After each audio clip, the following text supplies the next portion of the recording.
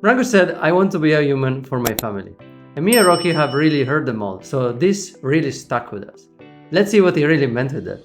Special track today with a dear connection of mine, Branko Kral. So welcome to our channel. Hey, thanks for having me. Branko is a former director of analytics, content agency owner, former head of Backlinko, and acquisition growth at SEMrush. Currently, he's a growth advisor for companies in tech and health. He's also a global citizen who has lived in 7 countries and speaks 4 languages fluently. In his creative projects, he's helping a local private school level up its reputation and is spinning up his own YouTube channel on health. When he's away from the computer, he spends time in the mountains and with his family. Thanks. That was all true. Yeah, we can start maybe on how we met. I think it was a LinkedIn message originally, wasn't it? Yeah, and I always look for people for the bench, even if I'm not hiring at the moment. And I have bookmarks in my browser where I save LinkedIn profiles. And then a need arose, a need came up, and I needed someone, and we started working together on a couple of agency projects.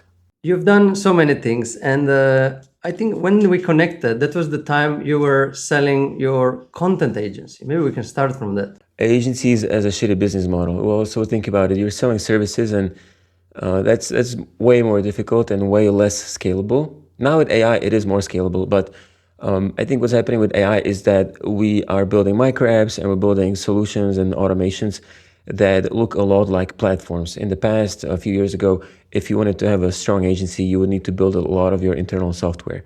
And so you could use your agency services for clients as a bit of a testing ground for the software you're building and then make some real money on that.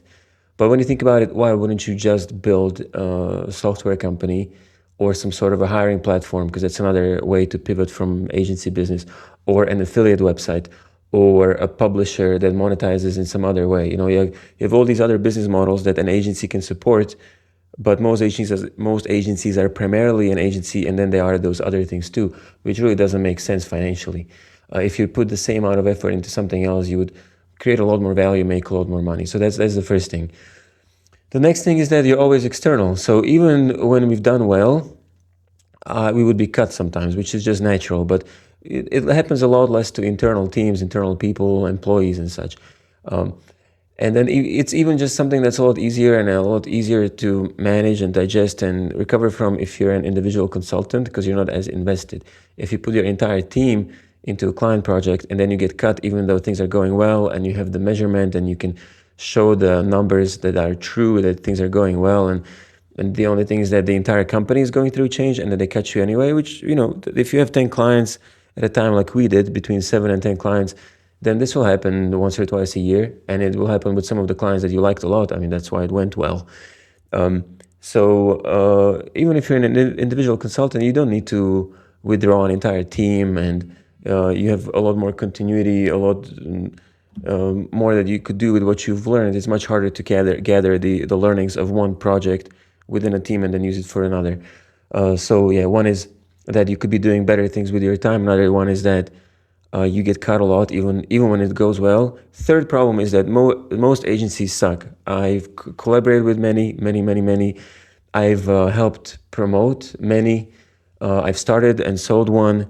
I've been interviewed for many. I've hired. When I then worked for SEMrush, I was managing a list of agencies, 6 of them, and I had to let go most of them, like 5 out of 6, and then we hired one. So I started with 6 and I ended up with 2, but 5 of them had to go because they lied to us a lot. They were trying to bill us per hour when it was a total conflict of interest. They promised things that they were not able to deliver, even when they had the full knowledge of that they were not able to deliver. And so that's another thing. Most agencies suck, and I think it's because the business model is so bad, the business model of owning an agency, that you end up cutting corners and stuff. And I would also say that the bigger you get and the bigger your clients get, the less access you get. So that's the fourth thing that's really sucky about owning an agency. And I'll mention 5. This is the 4th out of 5. So let's say we worked for Amplitude. They're publicly traded, an analytics company. They came from product analytics. They then transitioned to marketing analytics, and they do both together really well, which is a really smart move. Adam Greco was the advocate of that business move. And we then were able to specialize on just technical content for them, which is something we enjoyed a lot. But we had zero access to data. We had to use estimates from SEMrush, which we know are very rough estimates. And we didn't have enough to go off of for making decisions. We had to just get feedback from individual people, and many times they were too busy for that. So I mitigated it to an extent by offering analytics as a service, by creating a pillar out of that. A pillar of our services was in analytics, even when we're delivering content and SEO, technical content for marketing and health and SEO. So we did content SEO analytics. So that way, with some clients, I got more access to data, or I could even lead the marketing of the entire company. But again, the big clients were not into that. The big clients wanted someone super specialized, and they would be willing to give you data, but they had policies against it, so they couldn't. There was nothing to negotiate. They just couldn't do it. And the fifth one is that all agency owners not all, maybe 90% of agency owners that I know work a lot for a lot of years, more than in software companies. If you want to build an agency and make it run smoothly, it takes a lot more years than most other types of businesses. And the bigger you get, the smaller your margins get. It's a lot. And maybe some things have changed now with AI in the mix. And if you're really good at something and you can lead that transition for a company, then that's great. So I'll also mention some examples of when I think agencies make a lot of sense. But really, it's a way to overwork yourself without owning so much. Imagine you're an agency owner and you didn't build a platform that you could just be building instead of an agency, like a software or a hiring platform or something that an agency can be pivoted to. Let's say you didn't do it, or let's say it was lower priority than the agency itself. Well, you don't have much in your hands. You don't have a lot of assets to sell. Agencies sell at very low multiples, like 1x to 2x multiples compared to SaaS companies or monetizing websites, which can sell for 10x to 30x multiples. And so the reason is just that, again, you're working with people, it's service-based, it scales really slowly. So most agency owners that I know work a lot. Some like it and are even proud of it, which I would like to discourage from that workaholic culture. That's not me. I had enough of 60-hour work weeks and 6-day work weeks for many months in a row. And some people work a lot more, right? Like if you're in investment banking, you'll be working 100 hours a week on the regular. But I like being outside. I like my family. I don't want to be a wallet for my family. I want to be a human, and I don't want to be pale. I want to be tan, and not from tanning, but from being out there going up a mountain. I want to have a good circadian rhythm. I don't. It's not worth it for me. Like I want to make a certain amount of money. I want to make a lot of money, but I cannot have that conflict in my life. That's not what I'm interested in. It's not a sacrifice I'm willing to make. And I would also discourage everyone from that because it doesn't last very long. Something starts breaking soon. So then for those examples of when I think agencies are worth it, I'll mention some examples. So for instance, for buying backlinks, which is a stereotypical low value, a lot of snake oil type service, there was an agency that I worked with repeatedly. Should I give him a shout out? Or Brainy Bees with Kinga there, a team based out of Poland, but working with clients internationally, a lot of US B2B SaaS clients. They have so many strong relationships in B2B SaaS that if you want backlinks in B2B SaaS, you better go to them.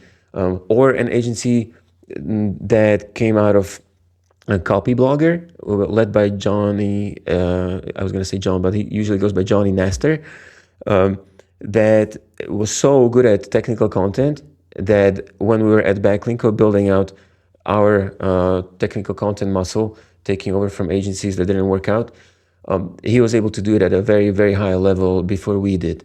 I also know a tech stack agency, Mega.io, where they are very, very good at implementing tools and setting up a measurement and doing things that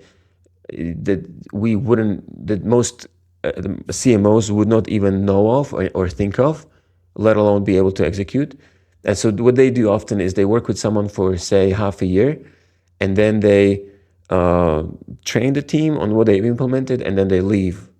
I think that's a really good way of working with an agency. So there are exceptions. There are also some agencies that experiment a lot, like Sear Interactive is someone I look up to, with Will Reynolds at the helm.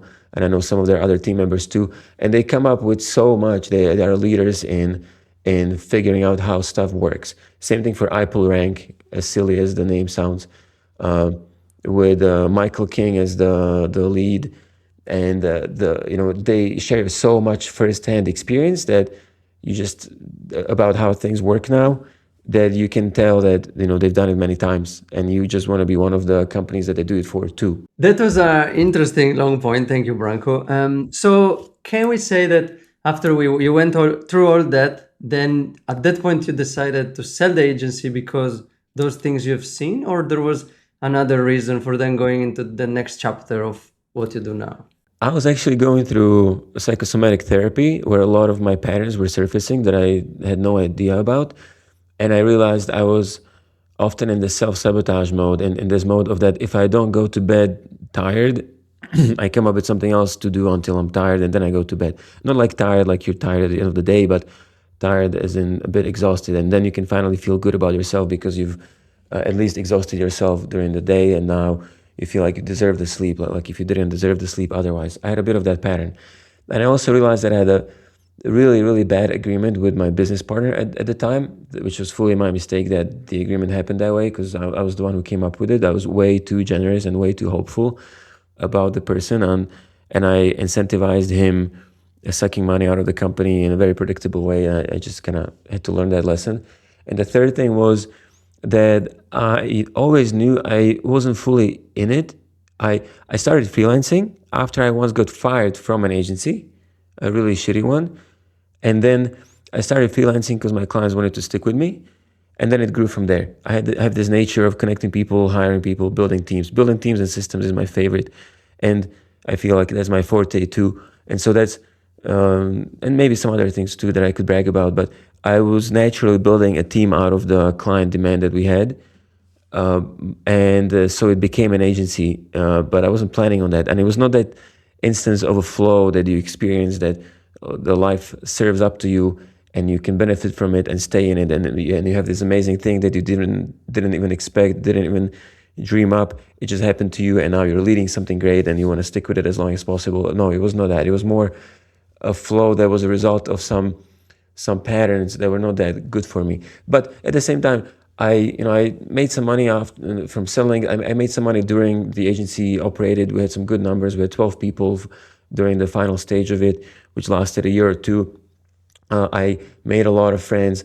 I have a lot of street creds from building something out of nothing now. Even though my SEMrush experience seems to attract a lot more attention to me, the agency work was way harder than anything I've done after that. Even when I worked for other agencies after that, running your own, that's a whole different ballgame. So I am very happy I've done it. I just wouldn't do it again. How was the transition from having your agency to SEMrush, which, as you said, attract a lot of attention, is a high-profile company. They've been publicly traded now, if I'm not wrong, just not too long ago. So they're quite often in the news. And they grew from being a small tool for keyword research, which I remember using years ago, to a big monster, as in tool monster, which they are now. They actually have been public for some years now, but recently they got acquired by Adobe. But so, yeah, so SEMrush. We had this coach at my agency that was coaching us up on how to structure the finances and such, who was Nick Eubanks, who's very good at business, who has built up agencies, including his own before, and paid communities. He wasn't hired as the VP of acquisitions, or acquired assets, they were calling it. So he was the one building financial models and setting the vision for which companies SEMrush should buy, including Backlinko, Traffic Think Tank, Search Engine Land, with Chief Martech, and others, like Exploding Topics, so another one from Brian Dean. And he would hand those off to me to build them, to grow them. So I was actually building up an internal agency, but I really, really liked it. I was used to the complexity, except I had budgets from someone else, so I had less to worry about. When you are an agency owner, another hard part about it is that very, very few agencies are large enough to be considered large companies. So mostly you're running a small business where you have to wear a lot of hats until you make it work really well, kind of like Seer Interactive now. But I was doing everything. I was with 12 people, I was the HR lady, even though I had someone helping me with the HR. I was the one for clients escalating their demands. I was the one making the financial decisions, because I had some financial help and financial advice that I was paying for, but I still had to make a lot of those decisions. At SEMrush, I just was given a budget, which was decent. I was given goals which are realistic, and then they were asking me to set the goals and refine them every quarter. And they still wanted the goals to be ambitious, but the leadership of Nick Eubanks is very hands off. He's like, I'm giving you these things and this vision. Now you go do your work, and he will not be micromanaging you. I actually am trying to work with him again now. He's at a different company now. And so I built a team there from 0 to 25. And, there's this story of a manager who built something up really fast, where one of the patterns that works super well is when the manager brings his own team to start with. So we had to build a team really fast. Like the first few months, we were not able to use up our budget because I was not able to hire fast enough, even though we were putting a lot of effort into it. And I ended up having a few people that I hired soon enough helping me. But I brought about 8 people with me from my agency times, and they formed a part of the foundation of the team. And then, so I hired 8 of those, and 8 more at the same time. And so we had 16 in just a few months. And then we hired maybe 10 more, 8 to 10, depending on how I counted. And we had 25 in 6 months, where a good chunk of those were already used to working together and knew how to work together. It was a huge. And so the rest of them could already pick up some routines, but also contribute with new ones. And we were working inside SEMrush, but we were like an internal agency, really, is what we were building. We had a few assets. I was running Backlinko, Traffic Think Tank, and one more small one. And then I was advising on search engine land and exploring topics and some of the other ones when they were freshly acquired. And we were beating the revenue targets quarter by quarter. It was amazing. We said, the first quarter was chaos. We handled that. In a large company, you have way more patience than with agency clients too. You have way more continuity. That's a really, really nice thing about working internally. And so people were okay with that. The first 3 months were chaos because we were just thrown into the deep end. But then the second 3 months, we already beat the quarterly revenue target for incremental monthly recurring revenue. We beat that target by 51%. And the next quarter, we beat it by, I think, 52%, over 50% again. And that's even though we upped the goal. We just had so much that we were able to improve after the acquisitions were made in a somewhat chaotic way, I could say, that it was super, super enjoyable. And I was able to be the one who would enable others to work and who was able to bridge teams. It was good. I would do something like that again. And it was also really fun to see all the acquisitions and how the strategy behind acquiring an asset works. What you mentioned earlier around building teams and bringing people together, working with people you met previously or you had in the other agency and then bringing them to the new one, I think is an interesting point, because what I've observed, at least from my experience, is that you can have a great product, you can have great budgets, but you don't have great people that work well together, you're not going to do anything.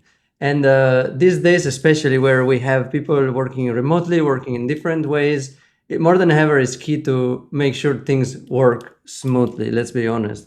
For me, one barrier was the communication at times, because I had team members from different countries. So I was wondering if you ever encountered that, as in someone was giving feedback to someone else and they're from a different cultural background, the other person didn't receive it well, and then that led some confusion. So at times I was managing a team in that case and I had to step in and clear the air. But it was sometimes a bit of a tense situation. So have you ever experienced those?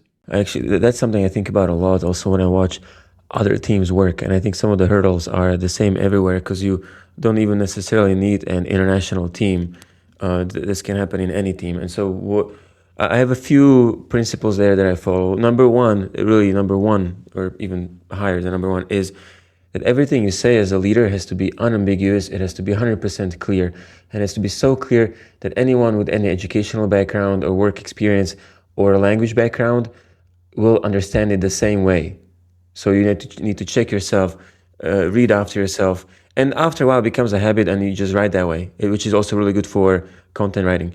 But No freaking, I'm not sure if we're allowed to swear here, but no freaking triple like dots, what do you call that, ellipses, like nothing like that, nothing where you leave room for interpretation.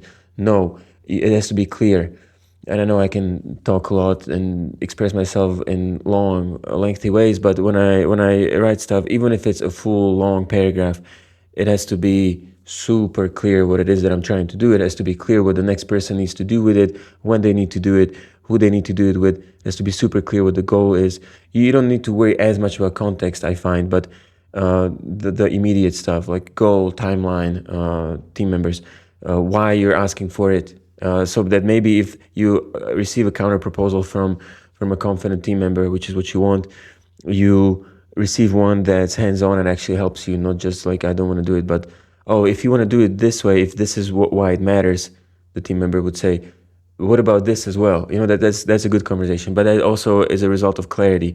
Ambiguity would have more something like, I don't think this is cool and I don't really know why, I just don't feel good about it. That you probably failed as a leader communicator.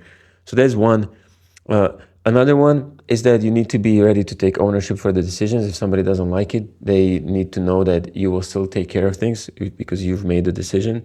Another one is that um, we don't always need to agree, but we need to be able to support the shared idea. We need to have relationships that are good enough, strong enough, active enough to where even if one person on the team doesn't agree with something, they'll still support it because the rest of the team is doing it. Um, and that's a nice ego exercise, but it's very healthy for everyone, including the leader, to work that way. And I also think that it doesn't really just happen in multicultural teams. I see it happen all the time. So then maybe you want to put more effort into building the relationships, even though it'll slow you down at the beginning. For me, the example, Branko, was one time I had in one team I was heading, and there's two team members there, one from Eastern Europe and one, let's say, from Central Europe, Southern Europe. So the Eastern European person gave really direct feedback to the Southern European. Okay, I'll put some countries. The guy was from Bulgaria, if I'm not wrong, and the recipient was from Italy. So you can imagine different cultural background there. And they were working together, so I assigned them a task. Hey, do this. There was a content piece, so he was more experienced. I told him to give a brief to her, and then she blanked out. She said, "No, I cannot do this anymore. No, I'm not gonna do it." Then I investigated, and I found out that he was giving her only negative feedback, but as an improvement point. And that, the system we had was actually clear. He had the spec, he has the brief, everything process wise. At least I thought that was good. Maybe lack on my part, possible. But then the feedback part was the problem there. So, and then I had to step in and suggest him to maybe don't give her only negative feedback. You can give her negative feedback, but also tell her the good things she's doing, because she was doing good things. And to her, I had to coach her into different culture, different way of delivering messages, as in not everybody will deliver things the same way. So it doesn't tell you to bash you down necessarily. It's an improvement point. But I had to step in at that time, and it was not going well. Then we cleared the air, and things went smooth after that. But that made me realize how different things are received when are like crossing wires, as they say. But I do like what you said also earlier on the systems. Clarity in the systems, clarity in the processes, and for companies at any stage, these are really crucial. Another company I was working for, they were scaling up, and again, processes missing. And before I even jumped to doing the marketing stuff, as we can call it, the first step was the systems. How do you do this? How do you track things? And it was all missing. So that was the first part of the work there. And once you have that in place, as you said, things should be crystal clear for everybody to understand at all levels. So I like that a lot. We can make a nice connection to this point on what everybody talks about these days, AI. So how do you see it? I mean, we can go in many directions here, but we can talk about systems and how AI is changing the way people write content, which we can agree or disagree on things. Because what often happens is that people just give negative feedback because they think that whatever is good doesn't need to be discussed, and they only want to mention the negative because that's what needs to be improved or changed, or somehow something needs to be done about it. But yeah, then they forget that their coworker or the person who reports to them is only hearing negative things. But so what happens next, which is also a mistake, is shit sandwich, right? That they want to tell someone something negative, so they start with positive, then they continue with negative, and then they end with negative, positive. Positive, negative, positive. So so the shit is in the bread, and yeah, that's a US expression. And so everybody knows that now because that used to be the advice. If you want to give negative feedback and it could be sensitive, they didn't call it shit sandwich, but they would essentially say, do the shit sandwich. But people started recognizing it and they stopped listening.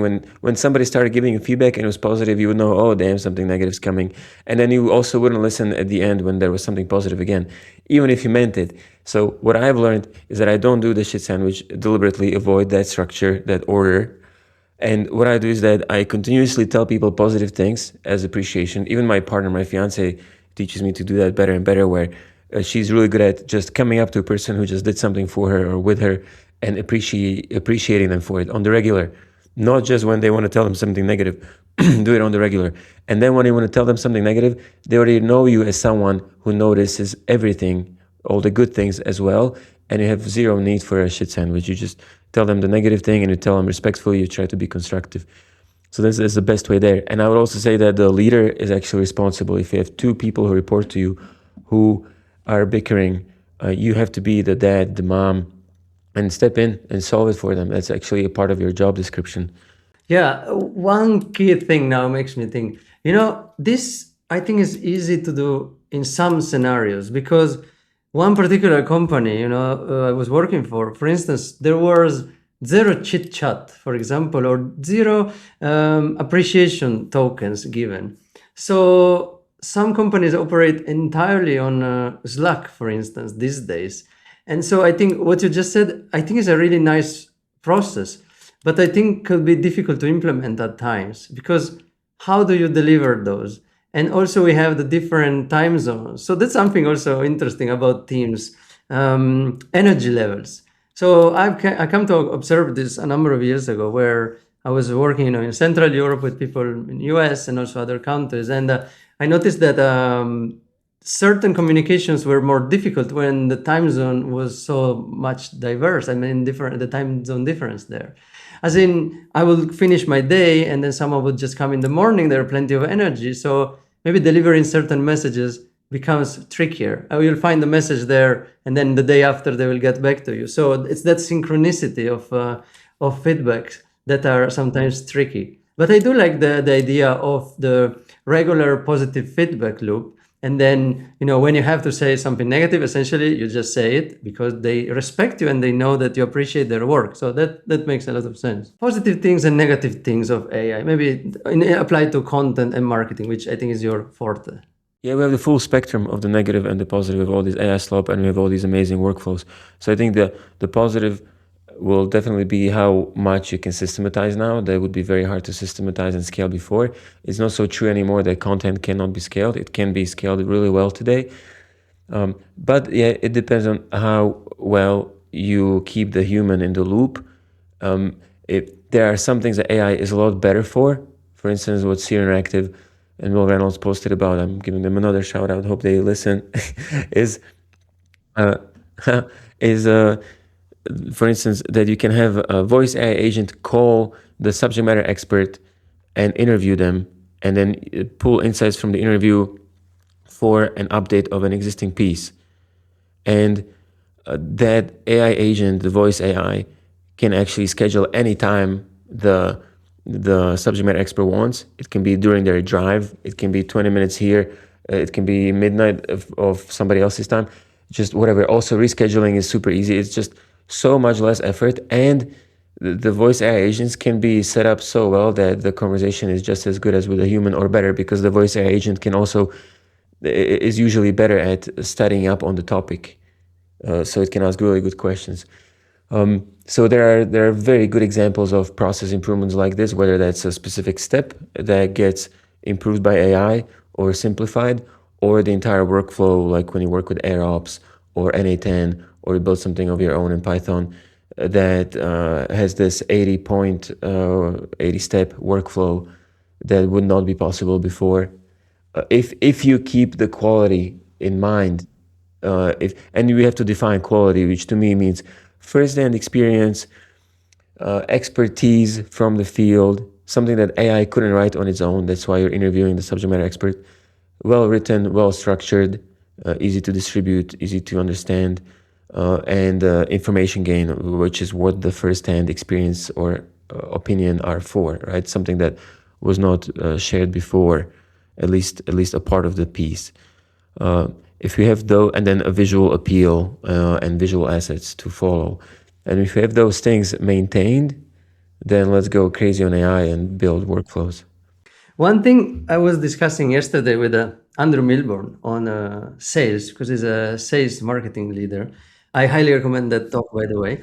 We're discussing how AI can support their sales processes. And one thing I was telling him is that it's a tremendous help, especially for people that have done the legwork before. Because essentially for, let's say, people like you and I, which have done years of groundwork, agency work, like getting dirty with the things, let's say, old school, we can now do so much more to have a higher multiplier on the output. I can do a strategy quickly, much quicker than if I do it, of course, all by myself. But the fact that I've done it myself helps me having that mindset and knowing where I want to end up, essentially. I know what the end project will be, what the end result has to be. And I think this is particularly a challenge for the younger generation, bit of connection here, because there is that sort of expectation that, oh, they can do everything with AI, will do everything for them, but they lack the experience. So how do we even help them understanding that it's not literally doing everything for you, because you still have to do the thinking, at least for the time being, let's say, is not perfect and it's not gonna fill every single gap, because I can still spot when doing a strategy, something is not the way I thought it should have been, because I've done the work before, if that makes sense. But you can only detect those things when you have the experience. When you don't have the experience in a process, because you've not done it old school, then you're not going to spot the same mistakes. But it's very tempting to go with everything the AI will tell you, because it will most likely not disagree with you entirely, at least some, and it will still give you answers regardless. And I think that is the biggest risk, and especially for the younger generation. So what do you think about this? That's a very strong point. You have that experience probably, just like me, just like most of us, where if you're talking to AI about a topic you don't know, you'll be really impressed with how much it knows and what it says. And then if you talk to it about SEO, or for me it would be, I don't know, joint health and athletic health, or some other topics that I'm very, very familiar with, then I'll be like, oh, I'm not so sure. Right? It'll make all these strong statements. Even if you train it, even if you prompt it, like you have to lower your expectations. And that's still super impressive, right? But yeah, what you said about experience, I think human experience will for some time will be irreplaceable, because AI doesn't have the same type of experience. Just like you cannot trust AI the same way, right? If ChatGPT tells you something wrong, it'll apologize profusely and go on, and you have the same opinion of it as before, unless you had wrong expectations. But it's different for a human to be trusted, because if they lose reputation, they could lose a job, they could lose a future opportunity, they could lose a relationship, they could lose their face in the eyes of many. Right? It's a very, very different thing for a human to lose trust because of being wrong and saying something whack. So we cannot trust AI the same way as we trust humans, and we also don't need to, because that's not what it's for. And AI also knows everything, but doesn't collect its own experience the same way humans do. Again, is not what it's for, at least not language models. So I think human experience will be even more valuable, kind of like phone calls became more valuable and you remember them more. If somebody calls you who you actually wanted to be called from, not a spam call with some scam. But like it happened so much on my US SIM card, holy moly, I might actually be turning it off for most of the days now. But anyway, the phone calls still exist, and they count even more than they did before, because the person who calls you now, it's more personal. Before it was the remote way, the more detached way to contact someone. You would probably go knock on somebody's door. That used to be the standard. But as that standard changed, the phone call became the personal thing. And I think in the same way, humans care a lot more about human experience. That's also why consultants are surviving for now. Humans care a lot more for human connection. Even if somebody pays for an AI girlfriend, okay, they can have that. It's got its perks, but it's not like it will never be equal to a woman, right? Like not just in a physical way, but also in the mental way of the mental connection. Uh, there's so many things that are uniquely human, including human experience that we can build on. That, yeah, absolutely. I encourage my little kid to try out things. He's good at that anyway, but that's how we're trying to raise him, to try things, try a lot of things. Yeah, yeah, that's a excellent points there. I fully agree on that. And there is the risk then to overusing it for the wrong things. But by all means, there are some aspects. The voice stuff, for example, we use it all the time for brainstorming or getting some degree of information. But then you will tell when something is a bit out of out of tune, and then you can investigate on pricing, for example. Sometimes it's still way off. You ask him how much something so and so costs. So it will be directionally right, but it will not be correct. So we were looking for, let's say, something for a dog service in the Philippines, where my wife's family is, and he said this particular service cost, let's say, between 30 and 50 euro. And then we called some clinic, and they said, no, this costs 80 plus euro. So it was kind of directionally right. So I would still say there's a room for improvement there. So people still need to get their conversational content right. A little plug for my service there, where we help businesses reaching out new channels and conversational search. But yeah, still not yet there. And I've heard a lot of people shouting for Claude recently, and a migration from ChatGPT. I don't know if you saw that. I've done it actually. I've done it even before this current wave. I noticed at one point, maybe half a year ago, now it's February 2026, so sometimes late summer, early fall 2025, I noticed that ChatGPT, even though I was on a paid tier, was giving me only politically correct answers, and I really felt like I'm freaking talking to a politician. And and that's even after I prompted it to be honest and direct with me and such. So Claude was not perfect, but after some quick prompting in the foundational settings, not in every single conversation, but like in those general settings, it started being very, very direct with me. And then also Grok, without a prompt, without a setting, would always be very direct with me and happy to be wrong and such.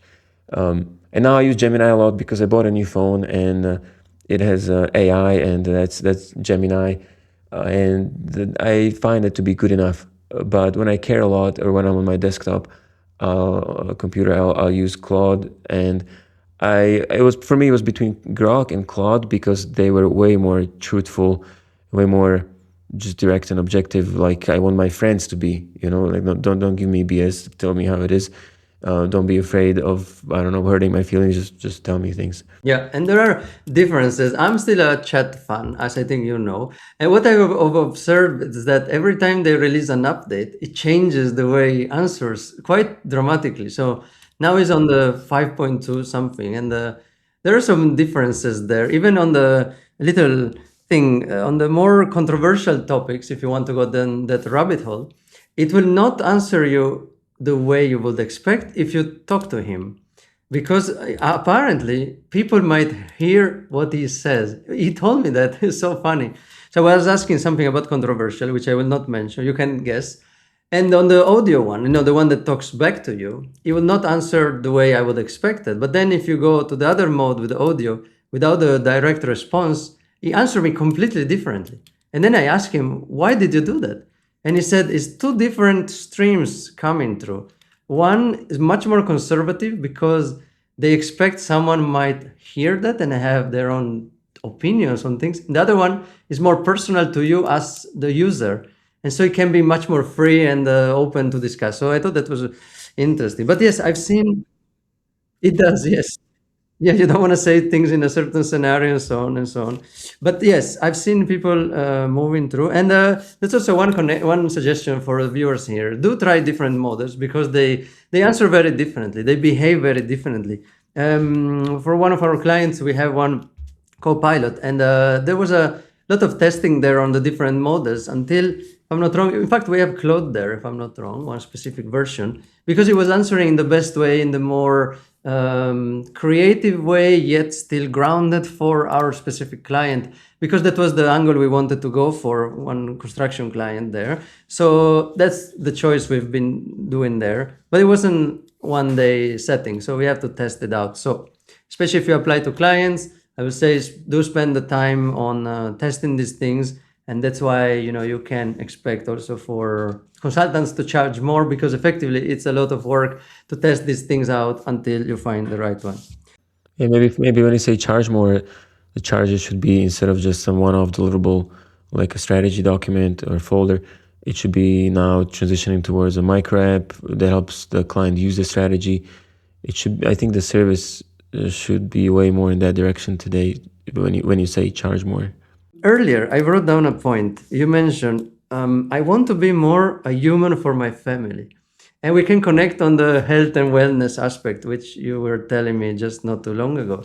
Are you doing a shift from the pure marketing focus moving forward, or you want to kind of have a bit of a split between things? I'm consulting now. I think that's an interim thing. I'm trying to make one of my consulting gigs into a large part-time or close to full-time.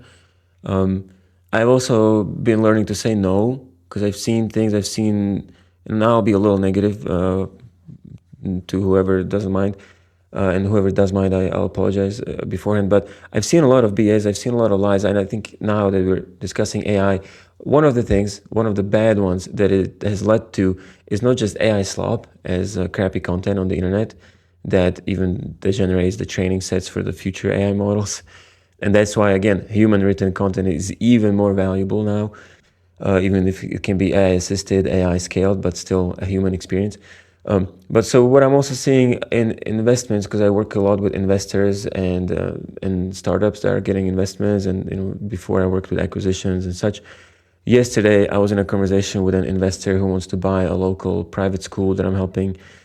And what I'm seeing in the AI world is that just the same way any company can get investment faster and more of it when they say we are building AI, this and that. A lot of those companies have crooks running them, and those crooks are good at asking for money and pretending. And because the pace of even the investors and the funds who want to invest into companies is so high, and everybody's trying to go on this bonanza, this berserk rush for getting a piece of the pie. People are making rash decisions about who to invest into. And there's a lot more crooks in business now, especially in AI companies, than anything I've ever experienced. I've been in business for 18 years now. I'm 37. The first company I helped build where I had part ownership was when I was 20. And so let's say 17 or 18 years. And this is the highest crook ratio I've seen. And so last week, I had to say no to someone who kept trying to manipulate the conversation into convincing me to do free work again, even though I had already done some free work for them. And they kept making promises they knew they couldn't meet, and then breaking those promises, and then telling me that I like to argue too much. And then I got severance pay last year out of a company that lied to their clients so they could inflate projects with upsells they knew they couldn't deliver, so they could lie to the investors pretending they have a higher annual recurring revenue contracted and signed than they would actually be able to deliver. And then they lie to their employees too about what cool clients they have, and they lie to the public because they kept presenting themselves with those clients like Reddit, Ramp, whoever. But those clients actually fired them because they were so unhappy. So they had a 40% client churn in 3 months. They had a super high employee churn. Even some really smart directors who had big results behind them, who knew what they were saying, would get fired for speaking up too much. The CEO would keep talking about how toxic the CEO was in the company he worked at before, but he kept making people overwork and he kept lying on LinkedIn. And so the biggest shift I'm trying to make is to stay away from all of that, where maybe before I wouldn't be able to notice, and I would get into that, and then it would be a lesson learned the hard way. So I now feel like I've learned enough, and I have enough AI tools, and I have enough of a mindset training behind me, enough of my personal growth to where I want to be value-based in what I do. And I'm not saying the company I am helping build or working with, working for, has to be saving the world, like all of the B2B SaaS companies like to say about themselves. Like they'll be improving how email works, and they'll be saying, well, we are improving the world, we're making the world a better place one email at a time. And I'm thinking, you're just speeding up email a little bit, holy moly. But I guess they actually are able to convince themselves about how the work they are doing is important, and maybe it is to an extent. But so even if I'm working for a company that is not saving the world, which I don't think every company needs to try to be saving the world, my main criteria now is whether they have strong moral standards that they actually follow. Uh, and if they're also truly helping the world and making it a little better, then I'm all in, and that's what I want. That's a part of why I want to be working in health full time soon.